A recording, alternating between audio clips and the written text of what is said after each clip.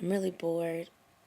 Well, yeah, so I decided that maybe I share a little bit about what I've been learning lately and just maybe start blogging. I mean, vlogging, video logging, I don't know. Um, just so as time goes by, you all can witness the things that God does in my life. Um, anyway, but the first thing I want to share is a small, I guess, devotional thought ish. I was having a meeting with two friends of mine, two awesome men of God, Roy Gator and Chris Henry. And we were just talking about, I guess, just having devotion before this meeting. And Christopher has been doing a study on Samuel for some months now. And he was sharing with us on the books of Samuel. He was talking about how at one point God had said that he regretted making Saul king. And then on another instance, when David had the chance to kill Saul and get revenge on him, David didn't because he knew that God had anointed Saul. So I guess the question was like, okay, yeah, Saul was anointed, but God regretted making him king. So, and he wasn't living correctly. Like Saul wasn't living right. So how was he still anointed? And so what I did while we were in the meeting is I looked up anoint in the dictionary, as I'm going to do now. And the one of the definitions, of course, is smear with oil, all that kind of stuff. Um, but one of the definitions was to nominate or choose someone as successor to or leading candidate for a position. Okay, I'm going to repeat it. To nominate or choose someone as successor to or leading candidate for a position. Very good. So I looked up consecrate because Roy's been doing a study on consecration. And we've been kind of focusing on that. To be consecrated is to ordain someone to a sacred office, typically that of a bishop. So anoint is to nominate. Consecrate is to ordain. We also know that to be consecrated, another definition is to devote something exclusively to a particular purpose. And talking about Christ, that is to be fully devoted exclusively to Christ, to nothing else but God. Another definition says in Christian belief, to make into the body or blood of Christ. Wow. That's to be consecrated, to be devoted to a particular,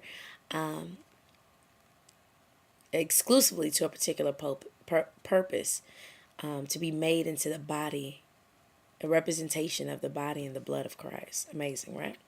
So, anointing is to nominate. Consecrate is to ordain. Ordain is to make a priest or minister, to confer holy orders on. So putting that together, and I'm going to try to keep this quick, putting that together, your anointing is nothing but a mere nomination. And so many times in the church, we pride ourselves on anointing, or even myself personally. There have been times I've gotten up, on stage to sing or do whatever, knowing I wasn't right, but God moved, and people were like, man, you're anointed. And I would, take that like, okay, good, God, we're doing something type thing. But God is basically saying your anointing is just a nomination. And although a nomination is nice, that doesn't necessarily mean you're ordained. And in order to be ordained, you need to be devoted to exclusively to a particular purpose, that is Christ being made into his image. And a lot of us think that because we're anointed, it's okay. Because we could get on stage, or because we could speak a word, or because we could sing a verse and people are moved and God is there, that we're okay. But in our daily lives, we're not devoted to God. And because of that, we're not ordained. And if ordained is to make a priest or minister, then we're not ministers at all. We're not priests at all. So I encourage you guys to, the anointing, yes, it makes a difference. A nomination, that's amazing. But it's not the office. Obama being nominated, yes, great for history. A black guy, whoop-de-whoop. But what really made the difference was like, wow, he could win. He's actually been ordained now. So for those of you who pride yourself on anointing, but you have not set yourselves apart in a way that you're surrendered to God so that he can change you and help you to be devoted to him, you might want to rethink the pride that you put in your anointing. I'm having to rethink the pride that I've put in on my anointing in the past. It's more than that, you guys. We've got to consecrate ourselves. Jesus is definitely coming back. And your anointing in your voice doesn't really mean much.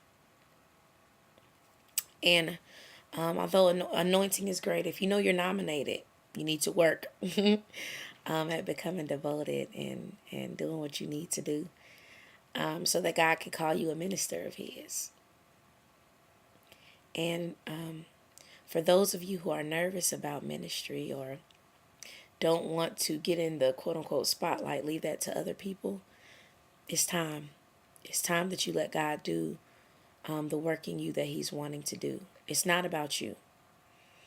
And we go to two extremes. Sometimes we say we're so, we get so prideful with our gifts that we feel like we should be up front, you know. And then there's another extreme where we feel like we're so unworthy that we'll never be up front. And either way it goes, you're still focusing on yourself. Yes, we're unworthy, but God is so worthy that he can make us worthy. so just go forward, you guys. Consecration makes the difference.